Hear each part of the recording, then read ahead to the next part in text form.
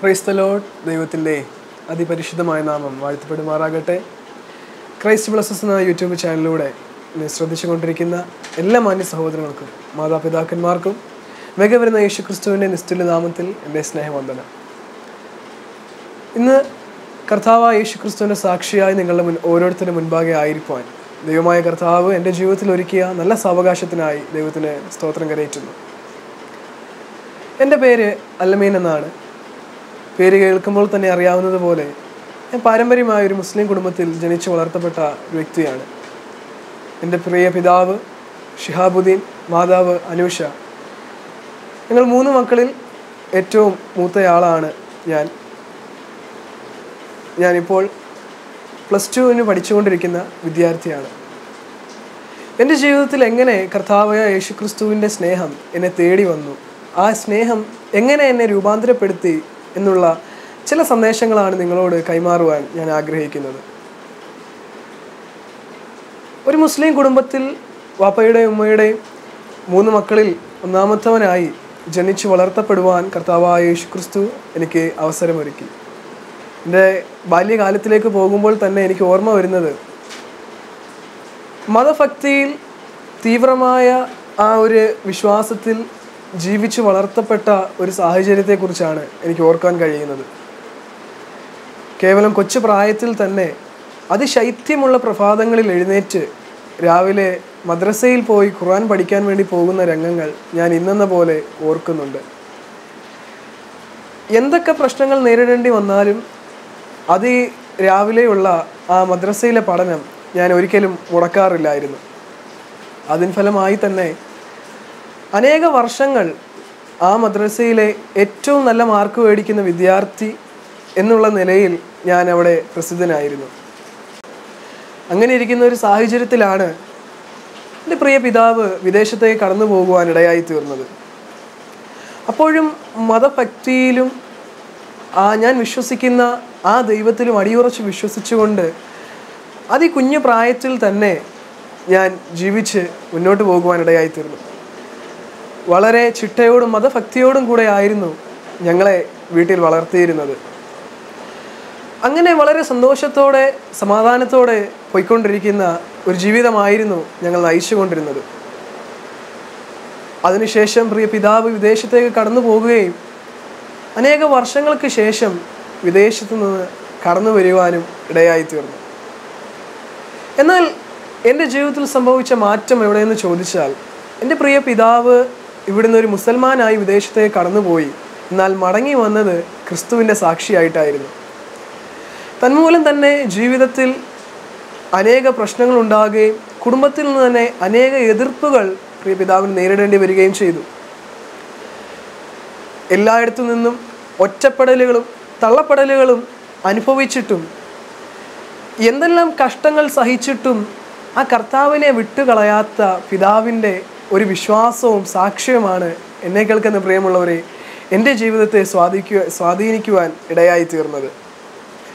വീട്ടിൽ നിന്ന് ആഹാരമോ വെള്ളമോ പോലും കൊടുക്കാത്ത അവസ്ഥയിലും എൻ്റെ പ്രിയ പിതാവ് ആ കർത്താവിനെ വിട്ടുകളയുവാൻ ഇടയായി തീർന്നില്ല. ഞാൻ ചിന്തിച്ചു, എന്തുകൊണ്ടാണ് എൻ്റെ പിതാവ് ഇങ്ങനെ ഒരു നിലപാടിൽ ഉറച്ചു നിൽക്കുന്നത്? എനിക്ക് മനസ്സിലായില്ല. കാരണം എന്നെ ഏറ്റവും കൂടുതൽ മതഭക്തിയിൽ വളർത്തുവാൻ ആഗ്രഹിച്ച ഒരു വ്യക്തിയാണ് ഇന്ന് അതിൽ നിന്നെല്ലാം വിപരീതമായിട്ട് കർത്താവിൻ്റെ സാക്ഷിയായി ക്രിസ്തുവിൻ്റെ മകനായി ജീവിച്ചു കൊണ്ടിരിക്കുന്നത്. അങ്ങനെ വീട്ടിൽ നിന്ന് പ്രശ്നങ്ങൾ ഉയർന്നു വന്നുകൊണ്ടേയിരുന്നു. സന്തോഷകരമായി പോയിക്കൊണ്ടിരുന്ന ആ കുടുംബ ജീവിതവും എല്ലാം താറുമാറായ ഒരു അവസ്ഥയിലേക്ക് കാര്യങ്ങൾ കടന്നുപോയി. എന്തിനു പറയട്ടെ, എൻ്റെ മാതാവ് ആത്മഹത്യക്ക് വേണ്ടി ശ്രമിച്ച കാലഘട്ടങ്ങൾ ഞങ്ങളുടെ മുൻപിലുണ്ടായിരുന്നു.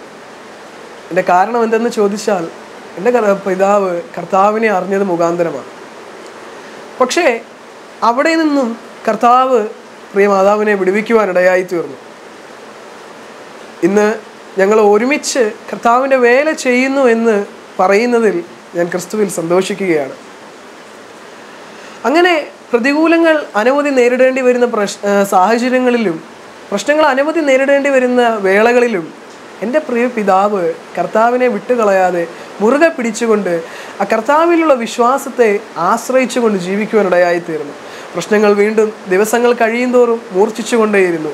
ഒടുവിൽ സ്വന്തം വീട്ടിൽ നിന്ന് വരെ പുറത്താക്കപ്പെടുന്ന ഒരു അവസ്ഥയിലേക്ക് കാര്യങ്ങൾ നീങ്ങി. അങ്ങനെ പ്രിയ പിതാവിനോടൊപ്പം ഞങ്ങൾ വാടകയ്ക്ക് ഒരു വീട്ടിൽ മറ്റൊരിടത്തേക്ക് താമസം മാറുവാനിടയായിത്തീർന്നു. ആ ഒരു വീട്ടിൽ വെച്ചായിരുന്നു ശരിക്കും കർത്താവിൻ്റെ സ്നേഹം എന്താണ് എന്ന് ഞാൻ മനസ്സിലാക്കുവാനിടയായിത്തീർന്നത്. ആദ്യമൊക്കെ പ്രിയ പിതാവ് ഒറ്റയ്ക്കിരുന്ന് രാത്രിയുടെ സമയങ്ങളിൽ പ്രാർത്ഥിക്കുന്നത് ഞാൻ ശ്രദ്ധിക്കുമായിരുന്നു. എന്നാൽ പിതാവിനോടുള്ള സ്നേഹം മൂലവും ബഹുമാനം മൂലവും എൻ്റെ പിതാവ് പറയുന്നതെല്ലാം അനുസരിച്ച് മുന്നോട്ട് പോകുന്ന ഒരു ശീലമായിരുന്നു എനിക്കുണ്ടായിരുന്നത്. അങ്ങനെ ഒരിക്കൽ എൻ്റെ പ്രിയ പിതാവ് എന്നെ പ്രാർത്ഥനയ്ക്ക് വന്നിരിക്കുവാൻ വേണ്ടി ക്ഷണിച്ചു. ഞാൻ ആകെ എന്ത് ചെയ്യണമെന്ന് അറിയാത്ത ഒരവസ്ഥയിൽ ശരിക്കും അകപ്പെട്ടു പോയ ഒരു സാഹചര്യമായിരുന്നു അത്. കാര്യം പിതാവിനെ മറുതലിച്ച് എനിക്ക് പോകാനും വയ്യ, എന്നാൽ ഞാൻ അടിയുറച്ചു നിൽക്കുന്ന വിശ്വാസത്തെ എനിക്ക് കൈവിട്ട് കളയാനും വയ്യ. ഇങ്ങനെ ഒരു അവസ്ഥയിലും ഞാൻ എന്ത് ചെയ്യണമെന്നറിയാതെ ആകെ പതറി നിൽക്കുകയായിരുന്നു. എൻ്റെ മാതാവ് പെട്ടെന്ന് എനിക്കൊരു ബുദ്ധി ഉപദേശിച്ചു തന്നു. നീ വെറുതെ അവിടെ പോയി ഇരുന്നാൽ മതി, എന്തായാലും വിളിക്കുന്നതല്ല, നീ വെറുതെ അവിടെ പോയി ഇരുന്നാൽ മതി. പ്രാർത്ഥിക്കുകയോ അല്ലെങ്കിൽ മറ്റ് കർമ്മങ്ങളോ മറ്റ് വിശ്വാസങ്ങളോ ഒന്നും ചെയ്യേണ്ട ആവശ്യമില്ല. മറിച്ച് അവർ പ്രാർത്ഥിക്കുമ്പോഴും ഞാൻ എങ്ങനെ വിശ്വസിച്ചിരിക്കുന്നോ ആ വിശ്വാസത്തിൽ തന്നെ ഉറച്ചു നിന്നുകൊണ്ട് സൂറത്തുകളും കലിമകളും ചൊല്ലിക്കൊണ്ട് ഞാൻ എൻ്റെ പ്രിയ പിതാവിനോടുകൂടെ ആ പ്രാർത്ഥനയിൽ കൂടിയിരിക്കുവാനിടയായിത്തീർന്നു. എന്നാൽ എന്നെ കേൾക്കുന്ന സഹോദരങ്ങളെ, ആ പ്രാർത്ഥന ശരിക്കും എൻ്റെ ജീവിതത്തിൽ ഒരു മാറ്റത്തിന് കാരണമാക്കി തീർത്തു എന്നുള്ളതാണ് യാഥാർത്ഥ്യം. അങ്ങനെ പ്രാർത്ഥന ഒരു ദിവസം കഴിഞ്ഞു. രണ്ടാം ദിവസവും വീണ്ടും പ്രിയ പിതാവ് വിളിച്ചിരുത്തി പതിവുകൾ തുടർന്നു കൊണ്ടേയിരുന്നു. ഇങ്ങനെ ചില ദിവസങ്ങൾക്ക് ശേഷം എൻ്റെ പ്രിയ പിതാവ് എന്നോട് പ്രാർത്ഥിക്കുവാൻ വേണ്ടി ആവശ്യപ്പെട്ടു. എനിക്കറിയത്തില്ല എങ്ങനെ പ്രാർത്ഥിക്കണമെന്ന്, അല്ലെങ്കിൽ പ്രാർത്ഥനയുടെ മാനദണ്ഡം എന്താണ്. ഇതൊന്നും അറിയാത്ത ഞാൻ എങ്ങനെയോ എനിക്കറിയാവുന്ന ചില ഭാഷകളിലൊക്കെ ഞാൻ പ്രാർത്ഥിച്ചു തുടങ്ങുവാനിടയായിത്തീർന്നു. ഞാൻ പ്രാർത്ഥിച്ചു തുടങ്ങിയതിൻ്റെ ഒറ്റ ഉദ്ദേശം എന്തെന്ന് ചോദിച്ചാൽ, ഞാൻ ഇത്ര വർഷക്കാലമായി വിളിച്ചിട്ടും ഞാൻ ഇത്ര നിഷ്കളങ്ക ഹൃദയത്തോടെ പ്രാർത്ഥിച്ചിട്ടും എൻ്റെ പല വിഷയങ്ങൾക്കും, പ്രാർത്ഥനാ വിഷയങ്ങൾക്കും അല്ലെങ്കിൽ ചെറിയ ചെറിയ ആവശ്യങ്ങൾക്ക് പോലും മറുപടി തരാൻ കഴിയാതെ ഞാൻ വിശ്വസിച്ചിരുന്ന ദൈവവും മതങ്ങളും കർമ്മമാർഗങ്ങളും പരാജയപ്പെട്ടു. അപ്പോൾ എൻ്റെ പ്രിയ പിതാവ് എനിക്ക് മുൻപിൽ തുറന്നു വച്ചൊരു വഴിയാണ്, മോനെ, നീ കർത്താവായ യേശു ക്രിസ്തുവിനോട് പ്രാർത്ഥിക്കുക, എന്നാൽ ആ ദൈവം നിൻ്റെ പ്രാർത്ഥനയ്ക്ക് മറുപടി നൽകുവാനിടയായിത്തീരും. ഇങ്ങനെ ഒരു പരീക്ഷണം എന്ന നിലയിലാണ് ഞാൻ ആദ്യമായി കർത്താവിനോട് പ്രാർത്ഥിച്ചു തുടങ്ങുന്നത്. എന്നാൽ എന്നെ കേൾക്കുന്ന പ്രിയമുള്ളവരെ, അത്ഭുതമെന്ന് പറയട്ടെ, അന്ന് രാത്രികാലം കർത്താവ് എന്നോട് സംസാരിക്കുവാനിടയായിത്തീർന്നു. പിന്നീട് നടക്കാൻ പോകുന്ന ചില സംഭവങ്ങളെക്കുറിച്ച് കർത്താവ് എനിക്ക് ദർശനങ്ങളെ നൽകുവാനിടയായിത്തീർന്നു. എൻ്റെ വിശ്വസിച്ചുകൊണ്ടിരുന്ന ആ ഒരു മതഭക്തിയിൽ നിന്ന്, അല്ലെങ്കിൽ വിശ്വസിച്ചുകൊണ്ടിരുന്ന ആ ഒരു മാർഗത്തിൽ നിന്ന് തികച്ചും എന്തോ വ്യത്യസ്തമായി എനിക്ക് ഈ കർത്താവിനോടുള്ള പ്രാർത്ഥനയിൽ അനുഭവിക്കുവാനിടയായിത്തീർന്നു. എനിക്ക് ഒരു കാര്യം മനസ്സിലായി. ശരിക്കും എൻ്റെ പ്രിയ പിതാവ് വിശ്വസിക്കുന്ന ആ കർത്താവായ യേശു ക്രിസ്തുവിൽ എന്തോ ചില പ്രത്യേകതകളുണ്ട് എന്ന് എനിക്ക് മനസ്സിലാക്കുവാനിടയായിത്തീർന്നു. വീണ്ടും ദിവസങ്ങൾ കഴിയുന്തോറും ഈ ഒരു പ്രാർത്ഥനയുടെ നിലവാരം എൻ്റെ ജീവിതത്തിൽ പതിയെ പതിയെ കൂടി വരുവാനിടയായിത്തീർന്നു. എൻ്റെ ചെറിയ ചെറിയ ആവശ്യങ്ങൾക്ക് പോലും ഞാൻ കർത്താവിനെ ഒരു പരീക്ഷിക്കുന്ന നിലയിൽ പ്രാർത്ഥിച്ചു. എന്നാൽ എന്നെ കേൾക്കുന്ന സഹോദരങ്ങളെ, എനിക്ക് പറയാൻ സാധിക്കുന്നത് എൻ്റെ എല്ലാ പ്രാർത്ഥനയ്ക്കും മറുപടി തരുവാൻ ആ കർത്താവിന് സാധിച്ചു എന്നുള്ളതാണ്. നിഷ്കളങ്ക ഹൃദയത്തിൽ നിന്ന് ഞാൻ പ്രാർത്ഥിക്കുന്ന പ്രാർത്ഥനയ്ക്ക് മറുപടി തരാൻ കഴിയാതെ ഞാൻ വിശ്വസിച്ച ദൈവം പരാജയപ്പെട്ടപ്പോൾ എൻ്റെ ചെറിയ ആവശ്യങ്ങൾക്ക് പോലും എൻ്റെ സ്വർഗത്തിലെ കർത്താവ് എനിക്ക് മറുപടി നൽകുവാനിടയായിത്തീർന്നു. അതിലുപരി എന്നോട് ദർശനങ്ങളിലൂടെ സംസാരിക്കുവാനിടയായിത്തീർന്നു. എനിക്ക് മനസ്സിലായി, ഈ കർത്താവായ യേശു ക്രിസ്തുവാണ് ജീവിക്കുന്ന ദൈവം, അല്ലെങ്കിൽ ഈ യേശു ക്രിസ്തുവിൽ മാത്രമാണ് രക്ഷയും വിടുതലും സത്യവും നിത്യജീവനുമുള്ളതെന്ന് എനിക്ക് മനസ്സിലാക്കുവാനിടയായിത്തീർന്നു. കർത്താവിൻ്റെ വചനം ഇപ്രകാരം ഓർമ്മിപ്പിക്കുന്നു, മറ്റൊരുത്തനിലും രക്ഷയില്ല, നാം രക്ഷിക്കപ്പെടുവാൻ ആകാശത്തിന് കീഴിൽ മനുഷ്യരുടെ ഇടയിൽ നൽകപ്പെട്ട യേശു ക്രിസ്തു എന്ന നാമമല്ലാതെ മറ്റൊരു നാമവുമില്ല. എന്നെ കേൾക്കുന്ന മാന്യമിത്രങ്ങളെ, താങ്കൾ ഏത് പശ്ചാത്തലത്തിലായിരിക്കുന്നു, താങ്കൾ ഏത് വിശ്വാസത്തിലായിരിക്കുന്നു എന്നുള്ളതല്ല വിഷയം. മറിച്ച് താങ്കളുടെ പ്രശ്നം എന്തുമായിക്കൊള്ളട്ടെ, താങ്കളുടെ വിഷയം എന്തുമായിക്കൊള്ളട്ടെ, താങ്കൾ ആ കർത്താവായ യേശു ക്രിസ്തുവിന് വേണ്ടി ഒരു നിമിഷം താങ്കളുടെ ഹൃദയത്തെ ഒന്ന് സമർപ്പിക്കുവാനിടയായിത്തീരുമെങ്കിൽ നിശ്ചയമായും കർത്താവ് താങ്കളുടെ ജീവിതത്തിൽ അത്ഭുതങ്ങളെ പ്രവർത്തിക്കുവാനിടയായിത്തീരുമെന്ന് എൻ്റെ ജീവിത സാക്ഷ്യങ്ങളിൽ നിന്ന് എനിക്ക് വിളിച്ചു പറയാൻ കഴിയും. അങ്ങനെ കർത്താവായ യേശു ക്രിസ്തുവിനെ കൂടുതൽ അറിയുവാനും കർത്താവായ യേശു ക്രിസ്തുവിന് വേണ്ടി കൂടുതൽ എന്തെങ്കിലും ചെയ്യുവാനും വേണ്ടിയൊക്കെ ഞാൻ ആഗ്രഹിച്ചുകൊണ്ടിരുന്നു.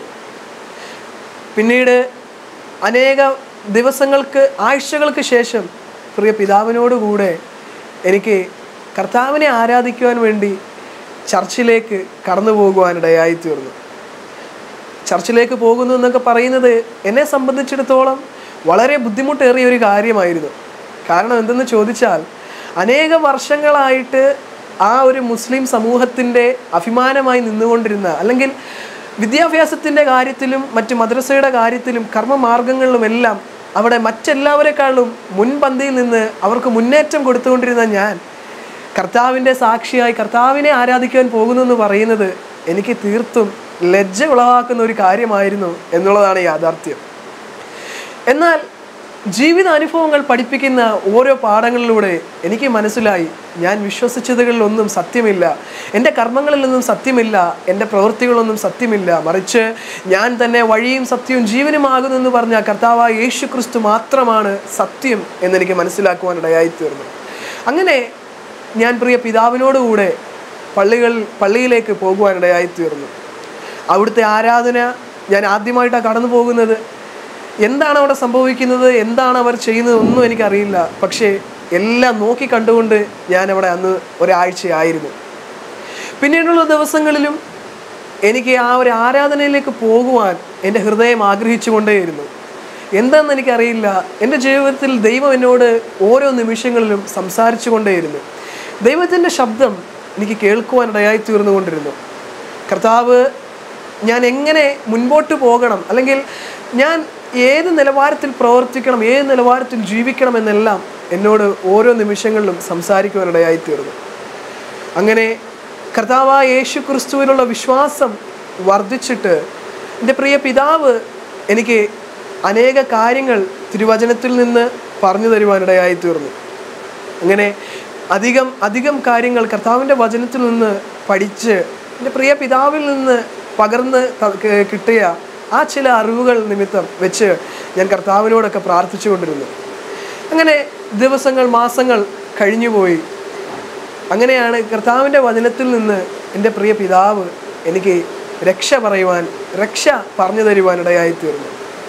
അങ്ങനെ എനിക്ക് മനസ്സിലായി, കർത്താവായ യേശു ക്രിസ്തു മാത്രമാണ് എൻ്റെ പാപത്തിൻ്റെ പരിഹാരത്തിനു വേണ്ടി ജീവിച്ച് മരിച്ച് അടക്കപ്പെട്ട് ഉയർത്തെഴുന്നേറ്റ് ഇന്നും മഹിമയുടെ വലത്തുഭാഗത്ത് ജീവിക്കുന്ന വ്യക്തിയെന്നും ആ ക്രിസ്തുവിൽ മാത്രമാണ് എനിക്ക് സത്യതയും നിത്യതയും കൈവശമാക്കുവാൻ കഴിയുന്നതെന്നും മനസ്സിലായപ്പോൾ ഞാനും എൻ്റെ കർമ്മമാർഗങ്ങൾ ഉപേക്ഷിച്ച് എൻ്റെ വിശ്വാസങ്ങളെ മാറ്റിവെച്ചുകൊണ്ട് ആ കർത്താവായ യേശു ക്രിസ്തുവിൻ്റെ രക്ഷ സ്വീകരിക്കുവാനിടയായിത്തീർന്നു. വീണ്ടും സമയങ്ങൾ കടന്നുപോയി. അതിനുശേഷം എൻ്റെ പ്രിയ പിതാവ് എന്നോട് സ്നാനത്തെക്കുറിച്ചുള്ള കാര്യങ്ങളൊക്കെ പറഞ്ഞു തുടങ്ങി. എന്നാൽ പ്രിയ പിതാവിൽ നിന്ന് സ്നാനപ്പെടുന്ന ചില കാര്യങ്ങളൊക്കെ കേൾക്കുമ്പോഴും ഞാൻ കർത്താവിനോട് ചോദിച്ചു കൊണ്ടിരുന്നു, കർത്താവേ, ഞാൻ എന്ത് വേണം? എനിക്ക് കർത്താവിനോട് അരുളപ്പാടുണ്ടായി, തിരുവചനത്തിൽ നിന്ന് കർത്താവിനോട് സംസാരിക്കുവാനിടയായിത്തീർന്നു.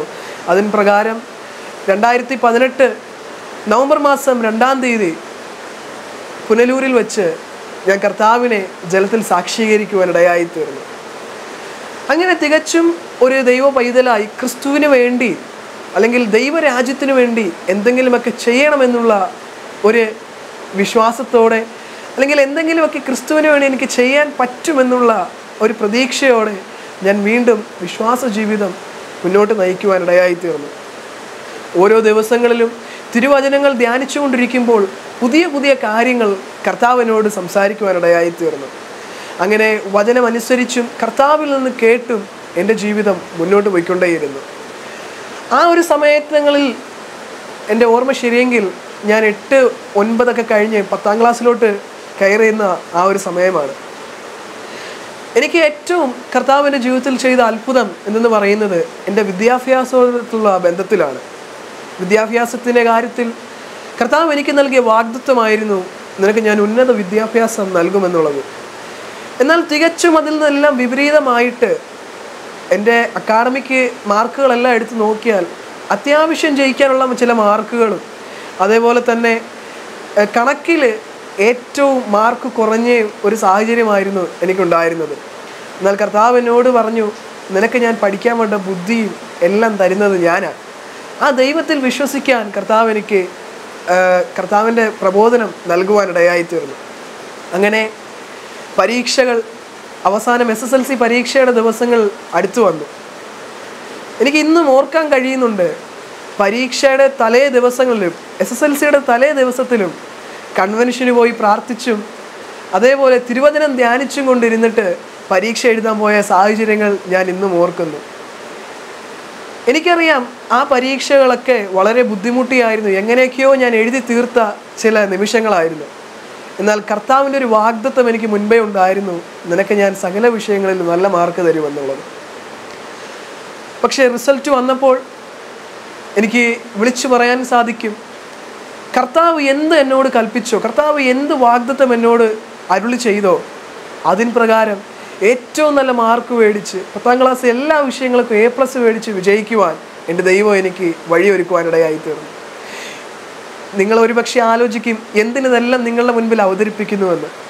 ഇങ്ങനെയുള്ള ചില ചെറിയ ചെറിയ വിശ്വാസങ്ങളിലൂടെയൊക്കെ എന്നെ കർത്താവ് തൻ്റെ വചനത്തിൽ ബലപ്പെടുത്തിക്കൊണ്ടേയിരുന്നു. വീണ്ടും തുടർന്നുള്ള വിദ്യാഭ്യാസത്തിലും കർത്താവിൻ്റെ കരുതൽ എന്നോട് കൂടെ ഉണ്ടായിരുന്നു. ഈ കഴിഞ്ഞ ദിവസങ്ങളിൽ നടന്ന പരീക്ഷകളിലും +1 പരീക്ഷയിലും എല്ലാ വിഷയങ്ങൾക്കും ഫുൾ A+ മേടിച്ച് വിജയിക്കുവാൻ എൻ്റെ ദൈവം എനിക്ക് അവസരമൊരുക്കി. ഇതെനിക്ക് പറയാൻ സാധിക്കും, എൻ്റെ മിടുക്ക് കൊണ്ടോ എൻ്റെ ബുദ്ധി കൊണ്ടോ എൻ്റെ അറിവ് കൊണ്ടോ ജ്ഞാനം കൊണ്ടോ കഴിവ് കൊണ്ടോ ഒന്നുമല്ല, മറിച്ച് കർത്താവായ യേശു ക്രിസ്തുവിൽ നിന്ന് കേട്ട വാഗ്ദത്വവും കർത്താവിലുള്ള വിശ്വാസവും കർത്താവിലുള്ള പ്രാർത്ഥനയും ആശ്രയവും മാത്രമാണ്. അങ്ങനെ കർത്താവായ യേശു ക്രിസ്തുവിൻ്റെ ശുശ്രൂഷകനായി ഇന്നും തെരുവ് ഓരങ്ങളിൽ എൻ്റെ പ്രിയ പിതാവിനോടും കുടുംബത്തോടും ഒരുമിച്ച് കർത്താവായ യേശു ക്രിസ്തുവിൻ്റെ സാക്ഷിയായി നിൽക്കുവാൻ ദൈവം എന്നെയും ബലപ്പെടുത്തിക്കൊണ്ടിരിക്കുന്നു എന്ന് എനിക്ക് ഓർക്കാൻ കഴിയും. അങ്ങനെ വീണ്ടും വിശ്വാസ ജീവിതങ്ങൾ കടന്നു പോകുമ്പോൾ എനിക്ക് ഒരു ചെറിയ രോഗം പിടിപെടുവാനിടയായി തീർന്നു.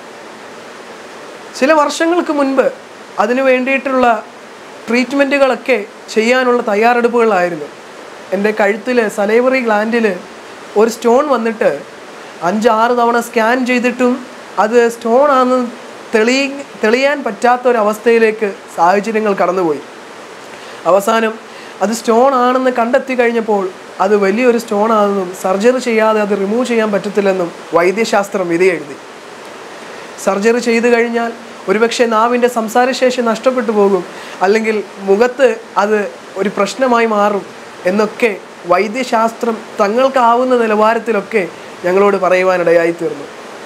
എന്നാൽ എനിക്ക് വിളിച്ചു പറയാൻ സാധിക്കും, എൻ്റെ പ്രിയ പിതാവിൻ്റെയും മാതാവിൻ്റെയും പ്രാർത്ഥനകൾ, മറ്റു കൂട്ടുവിശ്വാസികളുടെ പ്രാർത്ഥനകൾ, സഭയുടെ പ്രാർത്ഥനകൾ എന്നെ കർത്താവിൽ ബലപ്പെടുത്തുവാനിടയായി തീർന്നു.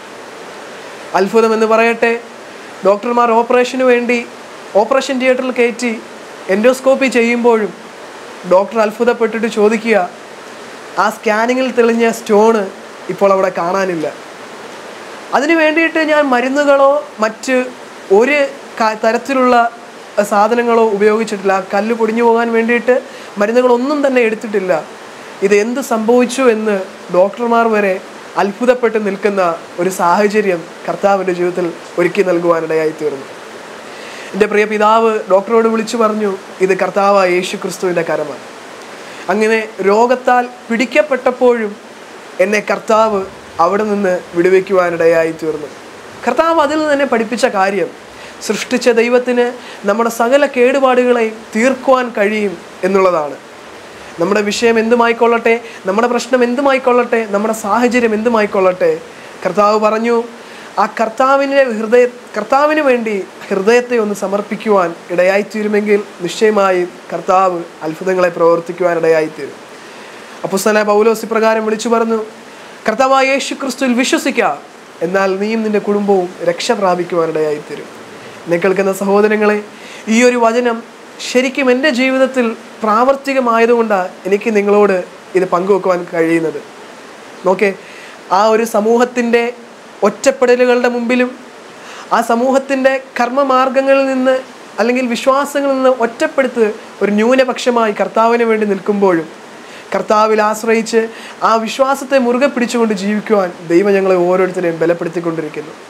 ഇന്നും നിങ്ങളോട് ഓർമ്മിപ്പിച്ചതുപോലെ കർത്താവിൻ്റെ സാക്ഷിയായി പ്രിയ പിതാവിനോടൊത്ത്, മാതാവിനോടൊത്ത്, കുടുംബത്തോടൊത്ത് തെരുവോരങ്ങളിൽ കർത്താവിനെ പ്രസംഗിക്കുവാൻ കർത്താവ് എന്നെ ബലപ്പെടുത്തിക്കൊണ്ടിരിക്കുന്നു. തുടർന്നും ദൈവമക്കൾ എന്നെയും എൻ്റെ കുടുംബത്തെയും ഓർത്ത് പ്രാർത്ഥിക്കണമേ എന്നും നിങ്ങളുടെ ആത്മീയ വളർച്ചയ്ക്ക് വേണ്ടി എല്ലാവിധമായ പ്രാർത്ഥനകളും ദൈവമക്കളോട് ചോദിക്കുന്നു. അതോടൊപ്പം തന്നെ വീണ്ടും എൻ്റെ ജീവിതത്തിൽ നിന്ന് എനിക്ക് നിങ്ങളോട് വീണ്ടും ഓർമ്മിപ്പിക്കാനുള്ള ഒരേ ഒരു കാര്യം, കർത്താവായ യേശു ക്രിസ്തുവിൽ വിശ്വസിക്കാൻ താങ്കളൊന്ന് തയ്യാറായാൽ, ആ യേശുവിന് വേണ്ടി താങ്കളുടെ ഹൃദയത്തെ ഒന്ന് സമർപ്പിക്കുവാനിടയായി തീർന്നാൽ നിശ്ചയമായും ആ കർത്താവ് താങ്കളുടെ ജീവിതത്തിൽ അത്ഭുതങ്ങളെ പ്രവർത്തിക്കുവാനിടയായിത്തീരും. തിരുവചനം ഇപ്രകാരം ഓർമ്മിപ്പിക്കുന്നു, അധ്വാനിക്കുന്നവരും ഭാരം ചുമക്കുന്നവരുമായുള്ളവരെ നിങ്ങളെല്ലാവരും എൻ്റെ അടുക്കൽ വരുവിൻ. അമ്മയെ ആശ്വസിപ്പിക്കും പോലെ ഞാൻ നിങ്ങളെ ആശ്വസിപ്പിക്കുവാൻ ഇടയായിത്തീരും. നമ്മുടെ ജീവിതത്തിലെ ഭാരങ്ങൾ എന്തായിക്കൊള്ളട്ടെ, പ്രയാസങ്ങൾ എന്തുമായിക്കൊള്ളട്ടെ, കർത്താവിന് വേണ്ടി ഒന്ന് ഹൃദയത്തെ സമർപ്പിക്കുക. അങ്ങനെയെങ്കിൽ നിശ്ചയമായും കർത്താവ് താങ്കളുടെ ജീവിതത്തിൽ അത്ഭുതങ്ങളെ പ്രവർത്തിക്കുവാൻ ഇടയായിത്തീരും. ഇപ്രകാരം ഒരു ക്രിസ്തുവിലുള്ള വിശ്വാസത്തിലൂടെ ഒരു ക്രിസ്തീയ ജീവിതം നയിച്ചുകൊണ്ട് ഞങ്ങളും കുടുംബമായി കർത്താവിനുള്ള ബന്ധത്തിൽ ഞങ്ങൾ വിവിധ ദേശങ്ങളിൽ ആയിരിക്കുന്നു. അപ്പോൾ തന്നെ എൻ്റെ വിദ്യാഭ്യാസവും സ്കൂൾ ജീവിതവും വിദ്യാഭ്യാസവും തുടർന്നുകൊണ്ടിരിക്കുന്നു. ഞാനിപ്പോഴും സ്കൂൾ പഠിക്കുന്നതോടൊപ്പം തന്നെ കർത്താവിനോടുള്ള ബന്ധത്തിൽ കൂടുതൽ അടുത്തു വരുവാനും കർത്താവിനുള്ള വചനം കൂടുതലായി ഗ്രഹിക്കുവാനും ഉള്ള ആഗ്രഹത്തിൽ കർത്താവിനോട് പ്രാർത്ഥിച്ചും അതിനായി ജാഗരിച്ചുകൊണ്ട് കുടുംബമായി ദൈവരാജ്യത്തിൻ്റെ ഉദ്ധാരണത്തിന് വേണ്ടി, ദൈവരാജ്യത്തിൻ്റെ വളർച്ചയ്ക്ക് വേണ്ടി കർത്താവ് എങ്ങനെ ആഗ്രഹിക്കുന്നോ, കർത്താവ് എന്ത് ആഗ്രഹിക്കുന്നോ ആ നിലവാരത്തിൽ മുന്നേറിക്കൊണ്ടിരിക്കുന്നു. തുടർന്നും ദൈവമക്കൾ ഓർക്കുമ്പോൾ അടിയങ്ങളെയും കുടുംബത്തെയും ഓർത്ത് പ്രാർത്ഥിക്കണമേ എന്ന അപേക്ഷയോടെ എന്നെ കേട്ടുകൊണ്ടിരുന്ന എല്ലാ മാന്യ സഹോദരങ്ങൾക്കും കർത്താവായ യേശു ക്രിസ്തുവിൻ്റെ നാമത്തിലുള്ള നന്ദിയെയും കടപ്പാടും രേഖപ്പെടുത്തിക്കൊണ്ട് വാക്കുകൾക്ക് വിരാമം കുറിക്കുന്നു. God bless you all. Thank you.